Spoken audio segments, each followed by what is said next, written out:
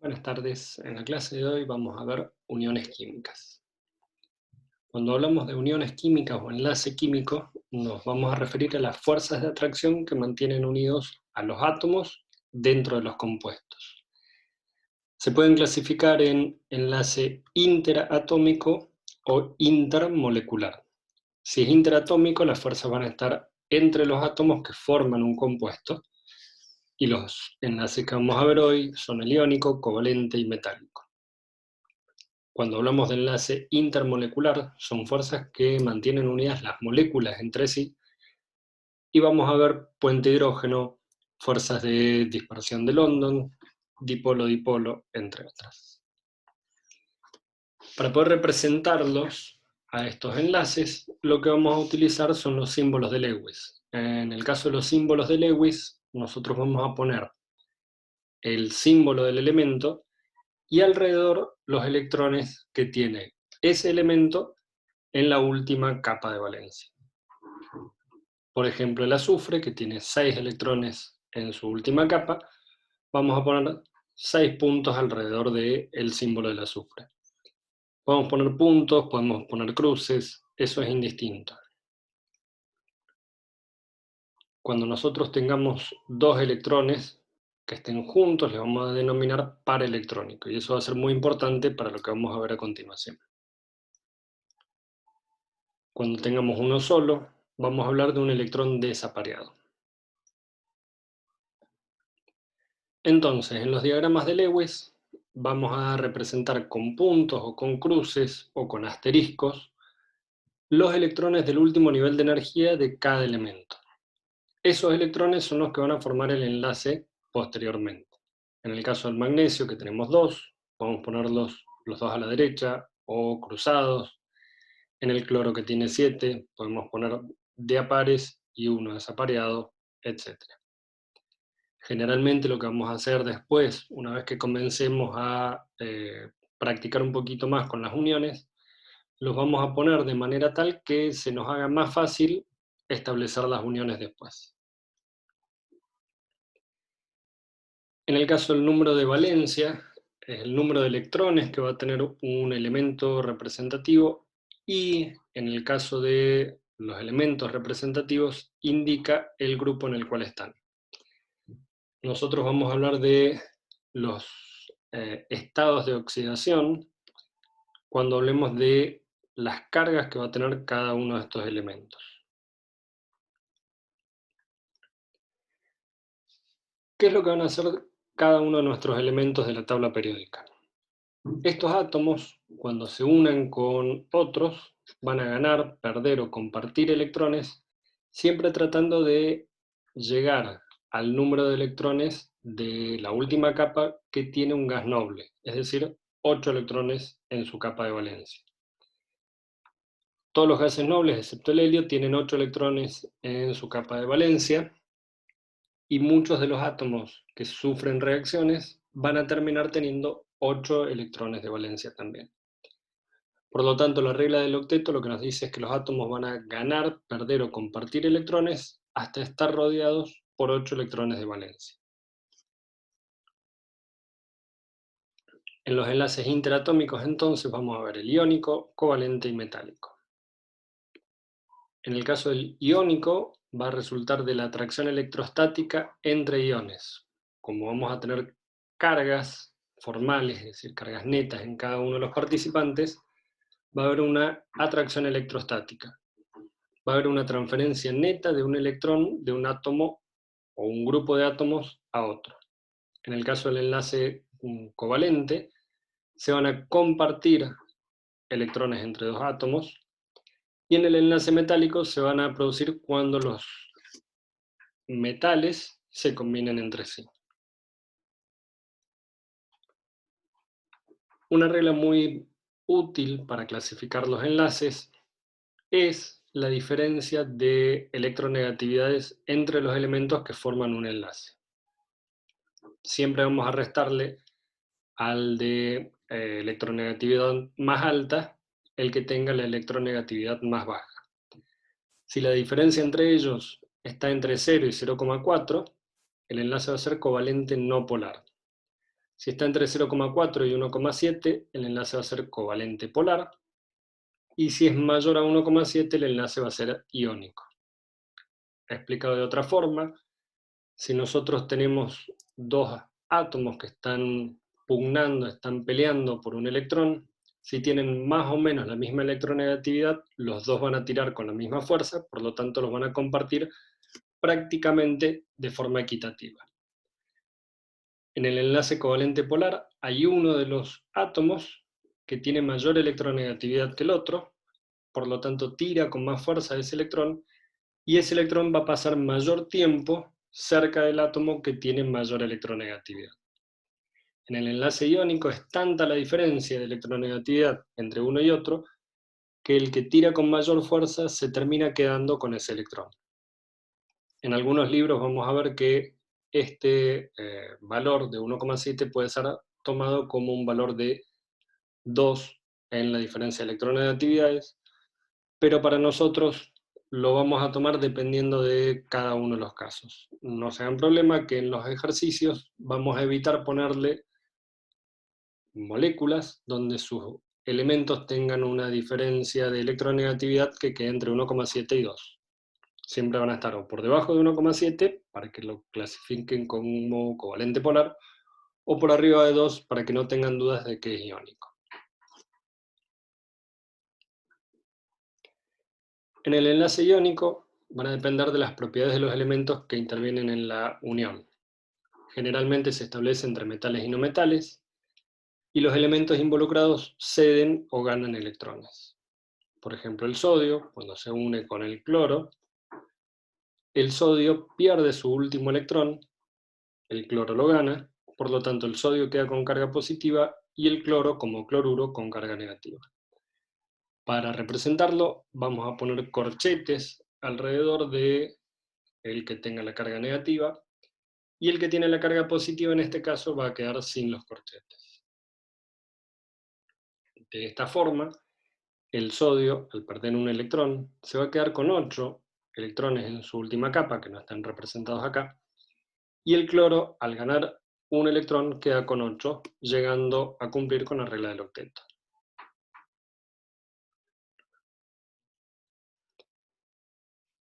Como los dos iones que se forman tienen cargas y tienen cargas opuestas, estos se van a atraer y van a tener una interacción del tipo electrostática. Como habíamos visto antes, un ion es un átomo o un grupo de átomos con carga eléctrica. Los cationes tienen carga positiva, los aniones tienen carga negativa. Y el enlace entonces va a resultar de la interacción entre dos iones con carga opuesta. Los compuestos iónicos van a tener algunas propiedades muy específicas. Son sólidos, con puntos de fusión altos, son solubles en solventes polares como el agua. En su estado sólido no conducen la electricidad, pero sí cuando están fundidos o disueltos en agua. Suelen formarse entre dos elementos con electronegatividad muy diferente, generalmente un metal y un no metal. Son sólidos, duros y quebradizos. El caso más típico es el cloruro de sodio, donde el sodio, en su estado natural como elemento sólido, se va a unir al cloro en su estado gaseoso para formar cloruro de sodio. Estos átomos de cloro se van a separar entre ellos y se van a intercalar con los átomos de sodio. Lo que tenemos acá, el delta H de formación, nos habla del calor, de la energía en forma de calor que se libera o que se consume en la reacción. En este caso, como tiene carga negativa, lo que vamos a hablar es que se libera esta energía cuando se unen el sodio con el cloro. El sodio le va a ceder ese electrón al cloro y vamos a tener el sodio como catión y el cloruro como anión. El sodio ahora es isoelectrónico con el neón. Al perder un electrón queda con la misma configuración electrónica que el neón, y el cloruro con la del argón. Cuando hablamos de isoelectrónico quiere decir que tienen el número de electrones iguales entre ellos. En los enlaces iónicos entonces se van a formar cuando tengamos elementos con una baja energía de ionización y una baja electronegatividad con los que tienen alta afinidad electrónica y alta electronegatividad. Se van a dar mayormente entre estos elementos con estos elementos. Algunos aspectos energéticos de la formación de los enlaces iónicos nos explica por qué esos compuestos son tan estables. Cuando hablamos de los sólidos cristalinos, vamos a estar en presencia de una energía reticular cristalina. Esto es, cuando se asocian las moléculas entre ellas y se produce esa molécula, vamos a tener una energía de red que va a estar dada por las interacciones nuevas que se van a formar. Esa energía de red es la energía que yo necesito para separar totalmente un mol de un compuesto iónico en sus iones gaseosos. Es decir, así como lo vemos, que es la fuerza con la cual están atraídos entre ellos, para poder darle un valor, tengo que pensar en cuánta energía tengo que gastar yo para romper esa interacción. En el proceso opuesto, es decir, cuando el cloruro y el sodio se unan entre ellos para formar el cloruro de sodio, va a ser un proceso muy exotérmico. Piensen que acá tenemos una energía positiva, por lo tanto el proceso inverso va a ser negativo, de la misma magnitud, pero negativo. No es fácil o no es posible medir la energía reticular directamente. Se puede, por un lado, calcular o por el otro lado, medir, pero por un camino más indirecto que vamos a ver a continuación. Para calcularla, nosotros podemos aplicar la ley de Coulomb, donde vamos a tener una constante por las cargas dividido las distancias. Cuando hablamos de la distancia, hablamos de la distancia entre un núcleo y el otro. Por lo tanto, si los dos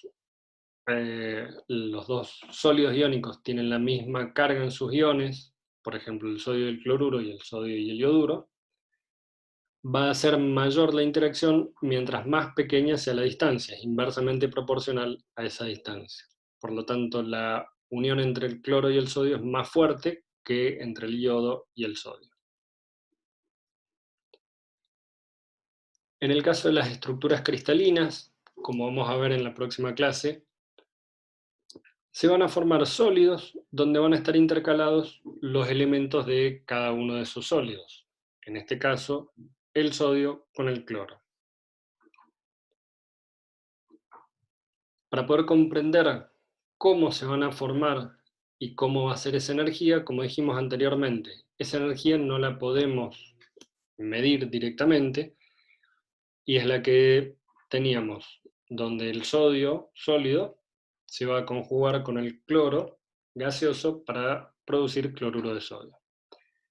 Lo que sí podemos hacer es ir sumando y restando las energías de cada uno de los procesos involucrados.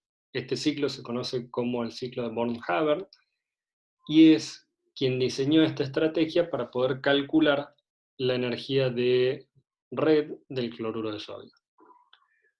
Lo primero que podemos ver es que cuando nosotros hablamos de afinidad electrónica o de energía de ionización, siempre hablamos de los átomos en estado gaseoso. Por lo tanto, lo primero que vamos a tener que hacer es al sodio pasarlo de su estado sólido al estado gaseoso. Eso va a requerir de un gasto de energía. Cuando ya tenemos el sodio gaseoso y el cloro, en este caso tenemos o vamos a necesitar un único átomo de cloro o un único mol de átomos de cloro. Por lo tanto, tenemos que romper esa molécula. Para romper esa molécula también vamos a necesitar invertir energía. Y acá vamos a tener por un lado el sodio gaseoso y por el otro lado el cloro aislado gaseoso. La primera energía de ionización para el sodio nos va a dar el catión sodio gaseoso. Esa energía también la tenemos que tener en cuenta. Ahora ya tenemos el sodio gaseoso con un electrón y el cloro en estado gaseoso. El sodio ya es catión sodio.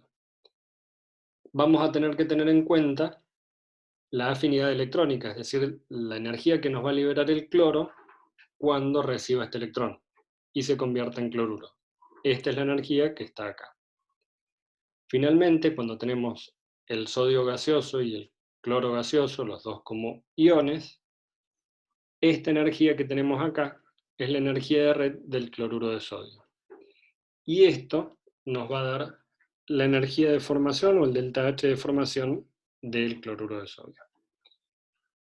Las rutas indirectas son las verdes y la roja es la ruta directa de este proceso.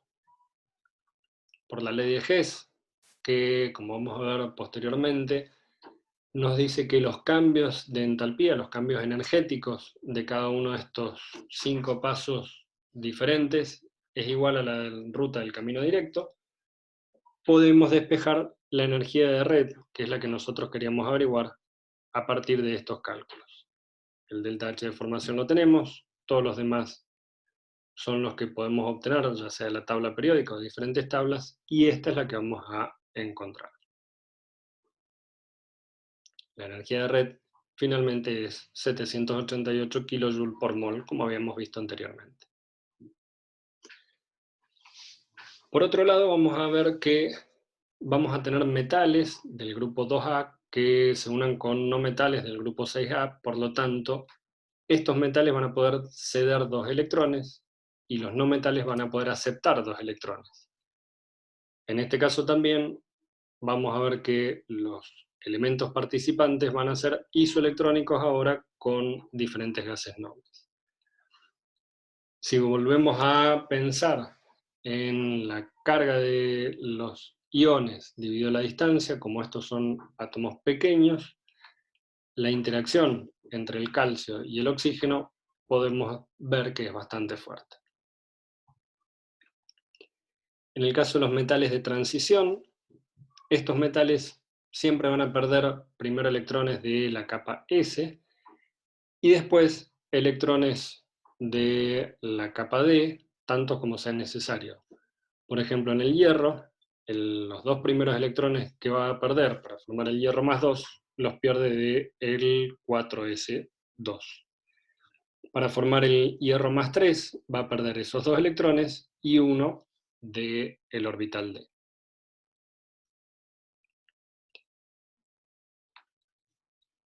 Generalmente, los iones que se generan de los metales de transición no van a tener la configuración del gas noble más próximo, pero sí van a tener configuraciones de mi capa completa. En el caso de los iones poliatómicos, por ejemplo, el ion amonio, vamos a tener 2 o más átomos unidos mediante enlaces generalmente covalentes y van a formar un enlace o un agrupamiento estable, que pueden tener carga positiva o carga negativa. En este caso tenemos el ion amonio que tiene carga positiva, también podríamos tener el anión oxidrilo que va a tener carga negativa. Por otro lado vamos a tener la unión covalente, que se va a establecer mayormente entre no metales. Los elementos involucrados van a compartir electrones y podemos tener uniones covalentes simples, dobles o triples. En la simple, por ejemplo, en la formación de la molécula de agua, el oxígeno con 6 electrones, el hidrógeno con 1 cada uno, van a compartir sus electrones, de esta forma el oxígeno llega a 8, y cada hidrógeno llega a 2, por lo que van a tener la configuración electrónica del gas noble más próximo. En el caso del hidrógeno, el helio no va a completar su octeto, pero sí su dueto.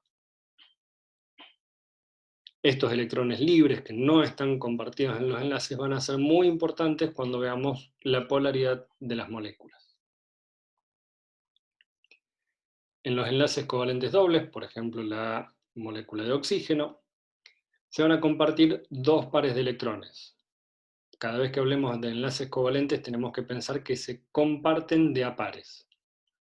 La forma de representarlos con puntos es la que tenemos acá, y con rayas, cada raya va a representar un par de electrones compartidos. Finalmente el enlace covalente triple, donde vamos a tener el caso del nitrógeno, que tiene 5 electrones en su última capa, necesita 3 más para llegar al octeto, por lo tanto va a compartir 3 electrones con el otro nitrógeno. De esa forma, cada nitrógeno llega a 8. Nuevamente, Cuando hablamos del diagrama de líneas, tenemos que representarlo con 3 líneas. Otro tipo de enlace que vamos a tener es el coordinado dativo. Por ejemplo, cuando nosotros tenemos el azufre y el oxígeno, vamos a ver que los dos tienen 6 electrones en su última capa. De esta forma, cuando se unen ellos dos, los dos tienen 8. ¿Qué va a suceder en el dióxido de azufre? Para el dióxido de azufre vamos a tener otro oxígeno. Ese otro oxígeno, si comparte los electrones con el azufre se va a pasar y va a llegar a 10. Sin embargo, este azufre lo que va a hacer es poner estos dos electrones que están acá en el enlace que va a tener con el oxígeno. Es el mismo azufre el que aporta esos dos electrones. Por lo tanto, el azufre queda con 8 y este oxígeno va a quedar con 8. Para representarlo vamos a poner una flecha que va a apuntar hacia el átomo que recibe ese par de electrones. En este caso hay que tener en cuenta que no los está cediendo, no se los está dando, como en las uniones iónicas, sino que los comparte. Y en lugar de compartir aportando uno cada uno, en este caso los dos lo va a aportar el azufre.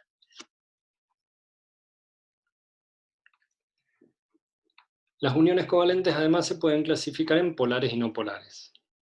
La unión covalente polar se van a unir átomos que tengan distinta electronegatividad, por lo tanto van a atraer hacia sí los electrones con diferente fuerza. Se va a generar una nube electrónica alrededor del átomo más electronegativo que va a ser más grande que sobre el otro átomo.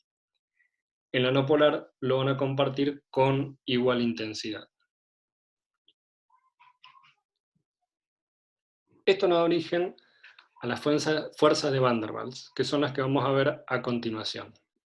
Acá ya estamos hablando de interacción entre moléculas. Recién vimos enlaces interatómicos entre átomos, ahora vamos a ver cómo se relacionan las moléculas entre sí. Vamos a tener fuerzas de London, fuerzas dipolo-dipolo, dipolo-dipolo inducido y puente de hidrógeno. En el caso de las moléculas no polares, va a haber una nube electrónica. Esas moléculas no polares no tienen una densidad de carga rodeando ninguno de los átomos participantes. Como están en constante movimiento, estas moléculas pueden chocar con las paredes del recipiente y eso hace que se deslocalice la carga, es decir, donde acá había igual cantidad de electrones, al chocar se pueden mover hacia alguno de los extremos y eso genera un dipolo momentáneo. Se van a separar las cargas por algunos milisegundos, se va a polarizar esa molécula, y eso va a hacer que, si esta se polariza, transmita la polarización hacia la molécula siguiente. Entonces, esa molécula que no era polar, al chocar con la pared del recipiente, se separan las cargas, los electrones, por unos milisegundos, generando densidad de carga negativa, donde haya más electrones, y densidad de carga positiva, donde haya menos electrones. Ese dipolo instantáneo, al acercarse a una molécula polar que esté cerca, va a transmitirle esa polaridad a la siguiente. Y así se establece una interacción intermolecular del tipo de las fuerzas de London. En estos casos vamos a tener, como dijimos, moléculas apolares. Casos típicos: hidrógeno, nitrógeno, oxígeno, algunos gases poliatómicos como el ozono o el dióxido de carbono. Lo que tenemos que considerar es que la fuerza de interacción es bastante débil y que mientras mayor sea la molécula, más fácil de polarizar es. Por lo tanto, van a tener mayores fuerzas de London, las moléculas más grandes. Por otro lado, vamos a tener las fuerzas de interacción de dipolo-dipolo inducido. En este caso es una molécula polar que se va a aproximar a una molécula apolar.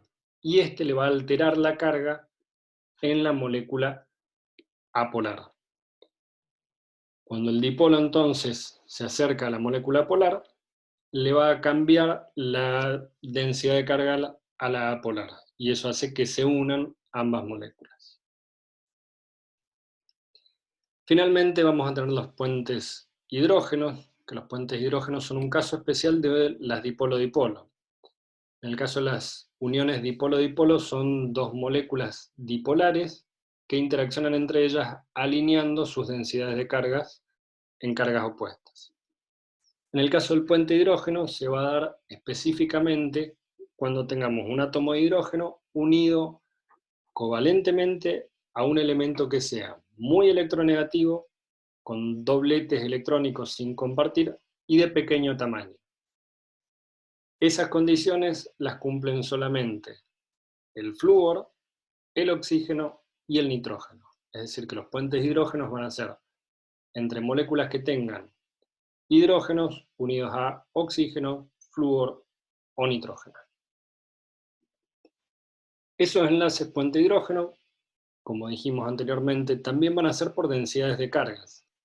En la molécula de agua, por ejemplo, vamos a tener el oxígeno con una mayor electronegatividad que va a atraer hacia sí mucho más los electrones del hidrógeno. Por lo tanto, estos van a tener densidad de carga positiva. El oxígeno va a tener densidad de carga negativa. Y cada oxígeno tiene dos pares de electrones sin compartir. Con cada par de electrones va a interaccionar con un hidrógeno de una molécula de agua vecina.